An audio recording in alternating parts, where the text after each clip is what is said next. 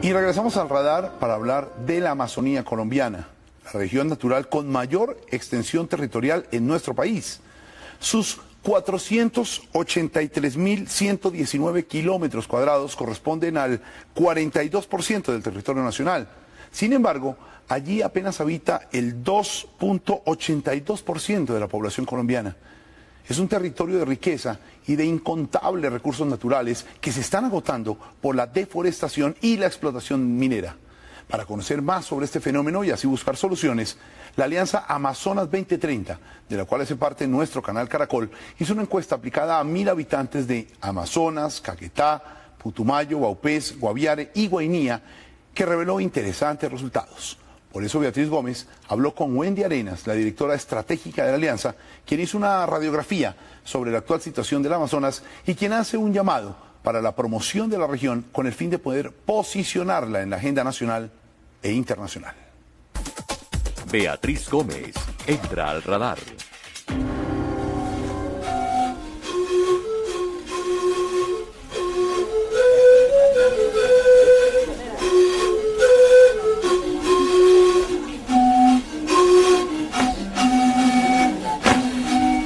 Una de las preguntas que ustedes formulan en la encuesta, en la segunda encuesta de Percepción Ciudadana, es la siguiente. ¿Le parece que la selva amazónica ha cambiado en los últimos años? El 89% dice que sí. Y señalan el 82% de los encuestados, lo que más les impacta es la deforestación. Yo creo que ese es un hecho contundente. Hace poco tuvimos un sobrevuelo sobre el Amazonas y es muy impresionante. Sale uno de Bogotá, pasa por el Alto de Chingaza, ve los Andes y empieza a bajar al piedemonte llanero y empieza uno a ver la deforestación y empieza a ver los grandes cultivos y a medida que va entrando uno en la selva del Guaviare ve parches enormes deforestados que lo impactan a uno brutalmente. Sobrevolamos el Chiribiquete y cuando ya llega uno al occidente de la Amazonía empieza uno a ver. Uno puede sobrevolar por lo menos 20 minutos de bosque, entonces tener las imágenes de la deforestación cuando estamos saliendo de los Andes es realmente impactante. Y es impactante porque efectivamente las tasas de deforestación están creciendo en lo que tiene que ver con los departamentos de Putumayo y Caquetá. Está creciendo. Están creciendo. Con la deforestación que viene, las especies en vías de extinción, como lo señalan los encuestados, menos agua, ríos contaminados, la destrucción de la selva, la variación del clima.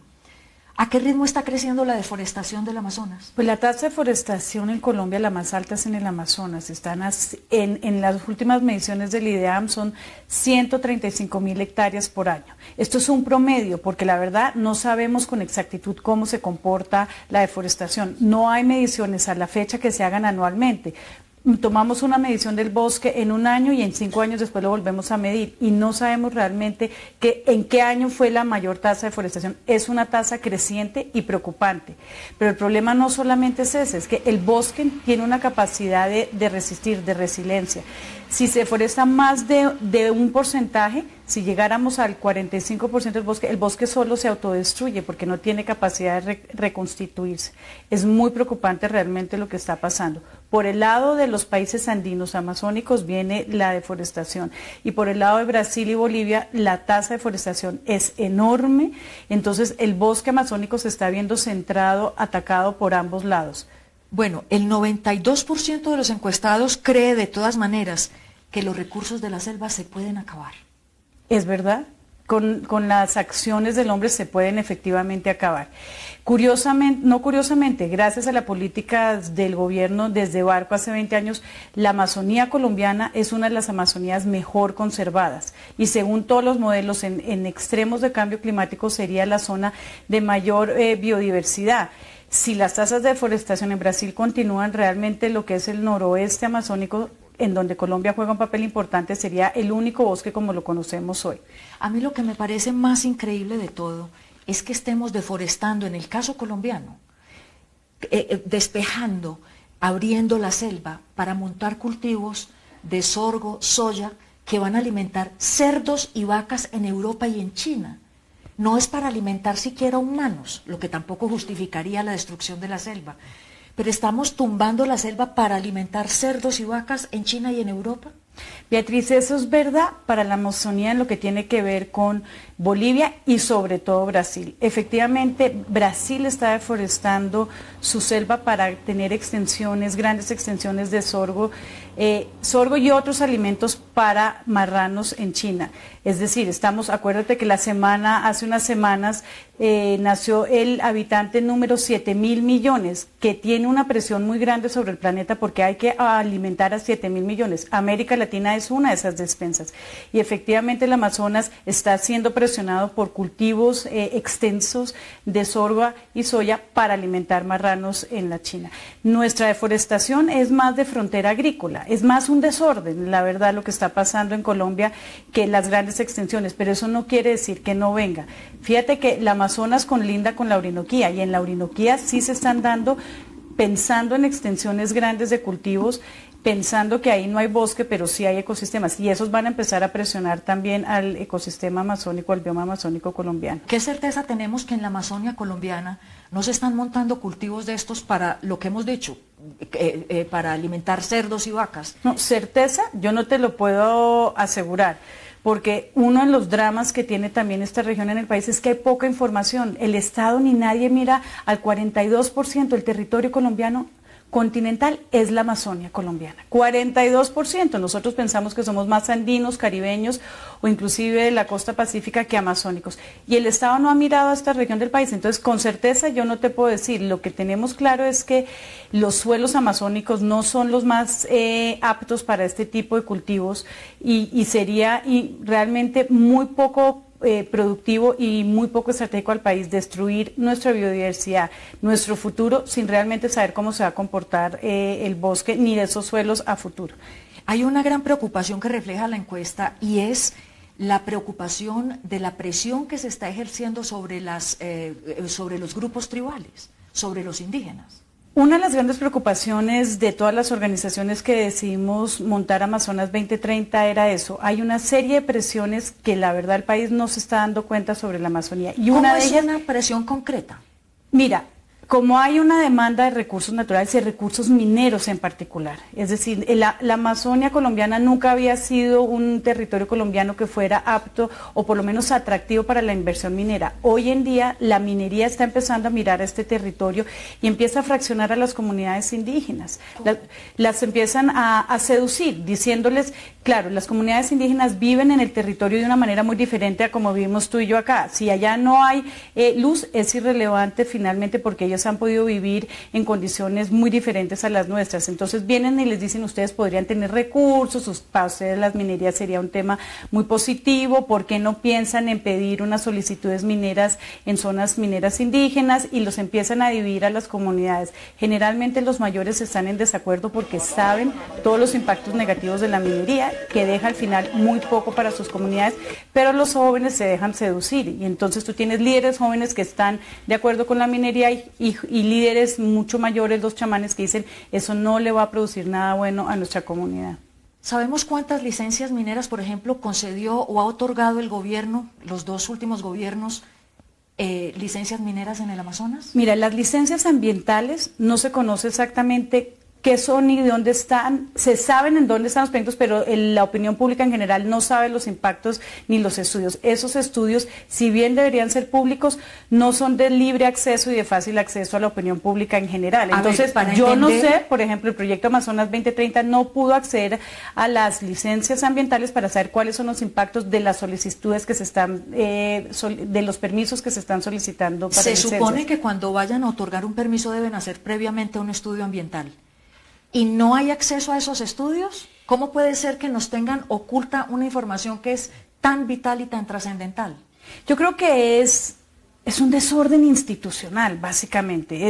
El Estado produce información que no la hace accesible. Yo creo que en el Ministerio del Medio Ambiente o las corporaciones autónomas regionales, para el caso de la Amazonia existen 2 corporaciones que tienen competencias, manejan la información a veces con parámetros diferentes, no comparables. Y te tocaría a ti ir y hacer una investigación tipo Sherlock Holmes para saber en dónde están las licencias, cuáles son los estudios, poderlas comparar. Eso es uno de los temas que nosotros hemos resaltado en la iniciativa Amazonas 2030, la información debe ser pública y de fácil acceso para que se puedan tomar las decisiones que competen. A ver, en un ambiente de semejante desorden institucional, ¿cómo puede pensarse en hacer una explotación minera en el Amazonas sin que eso cause una verdadera hecatombe al ambiente, al medio ambiente, al clima y a las comunidades? Yo creo que ese es un punto, Beatriz, que tú mencionas crítico. En esta región del país no se puede pensar como en cualquier otra parte del país. No hay institucionalidad, nadie le hace seguimiento y control a nada. No hay entidades del Estado visibles. Entonces tú tienes un boom de solicitudes mineras en donde el 85% de esas solicitudes han sido entregadas a personas naturales, es decir, que son personas que pueden especular con esa solicitud para alguien que venga a decirle quién es el mejor postor para desarrollar el proyecto minero.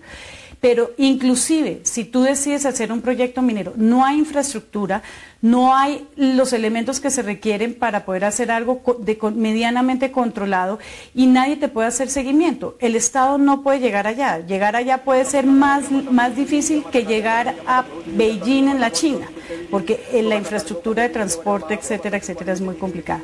El desorden institucional es un riesgo. Por suerte, yo creo que en buena hora se decidió arreglar el sector minero, se va a desbaratar Ingeominas y van a crear la Agencia Nacional Minera. Y lo que han dicho es que paren todo proceso, solicitudes hasta tanto no se arregle la casa. Porque mire, el anuncio reciente del ministro de Minas, la mayor cantidad de solicitudes, 80%, es en resguardos indígenas. Entonces, ¿qué pasa? La legislación dice que el 85% del territorio amazónico tiene alguna figura de conservación. Dentro de ese 85%, más del 50% está en manos de los resguardos indígenas, es decir, que son de los indígenas. Todo lo que pase en el suelo es de los indígenas, del subsuelo es de la nación. Pero los primeros que tienen derecho son los indígenas. Entonces, los indígenas no tienen capacidad tecnológica para desarrollar la minería. No lo han hecho artesanalmente por tradición tampoco. Entonces, ¿qué está pasando? Vienen y fraccionan a las comunidades indígenas para que ellos hagan las solicitudes en nombre de personas naturales. ¿Y ellos simplemente trasladan ese título a una empresa? A una empresa porque lo que pasa en Colombia es que la etapa exploratoria tampoco requiere licencia ambiental.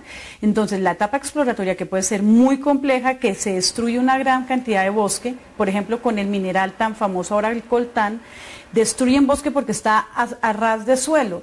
Y los indígenas a un señor deciden venderle y decirles que estamos de acuerdo, piden la solicitud a nombre de la comunidad indígena, destruyen y después evidentemente el gobierno no va a saber qué hacer con esto. Bueno, a este panorama tan complicado se suma el Tratado de Libre Comercio.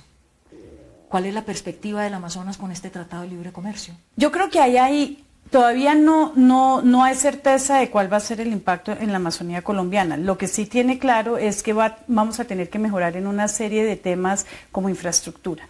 Uno de los mayores elementos de deforestación, lo que hemos podido encontrar en los estudios, viene por la penetración de carreteras terciarias. Una carretera en el Amazonas sería absolutamente nefasto. Sería más complejo que inclusive la explotación de petróleo en particular, porque lo que quiere decir es que una vez que hay una carretera, la gente se va moviendo y van tumbando bosque. Entonces, si el avance en la infraestructura va a ser una de las consecuencias del TLC, tendría que verse muy bien cómo va a ocurrir en el Amazonas.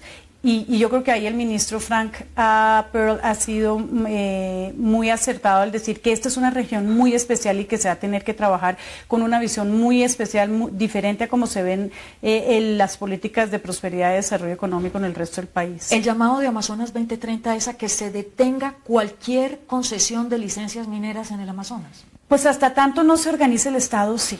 Mientras el Estado no pueda garantizar cómo se hace la explotación de los recursos en esta región, es mejor pararlo y organizarse. Tenemos que poder tener control. No sabemos a ciencia cierta cuáles son los impactos de la deforestación en esta región. No sabemos, ni siquiera sabemos cuánta biodiversidad estamos perdiendo. No sabemos qué nos estamos poniendo en jaque el futuro de las generaciones, no el suyo ni el mío, Beatriz, ni de sus hijos, nietos y demás, sino las generaciones futuras, porque ahí puede estar el oro del futuro, que pues está efectivamente en la diversidad, en la biodiversidad y en el agua que produce. Y no solamente los nuestros, sino los ciudadanos del mundo. Los ciudadanos del mundo. Y ahí la encuesta también dice, el Amazonas en un porcentaje, en un 53% de los habitantes de la región amazónica dicen la selva es del mundo.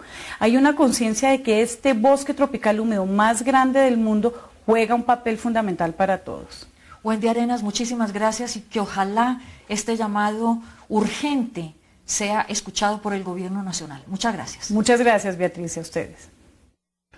Es increíble que la naturaleza pida a gritos ayuda, pero más increíble es que nadie la escuche. Una frase de autor anónimo. Terminamos por hoy. Recuerden que ustedes pueden ver las entrevistas en www.noticiascaracol.com y también pueden opinar a través de Twitter y dejar sus comentarios en Facebook. Nos vemos mañana, que descansen. Chao. El Radar.